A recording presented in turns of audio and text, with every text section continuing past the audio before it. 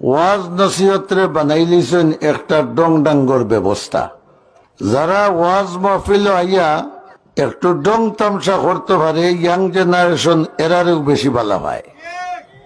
আর ঠিক মারাইও না, আমি যেখান কইয়ার ওটি কইলে আমার কাছে লিখিত প্রশ্ন দিও, আমি উত্তর দিব।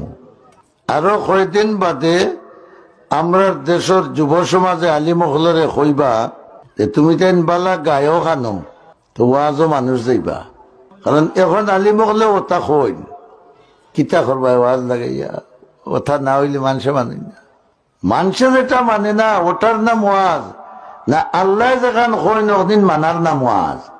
ও বিছাড়া বালা আলিম নেইন প্রায় এখানো মানুষে ওয়াজও নিয়া দেখি ডং বানাইলি।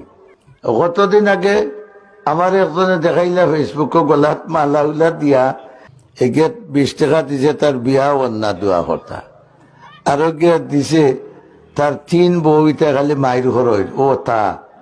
এখন এক আলিম আনিয়া যদি তোমরা বেজ্জত করা আরম্ভ করো আর ডং বানানি আরম্ভ করো, ই কানুন নাম ওয়াজ হইল না তামসা হইল? বিচারা তো মজবুর।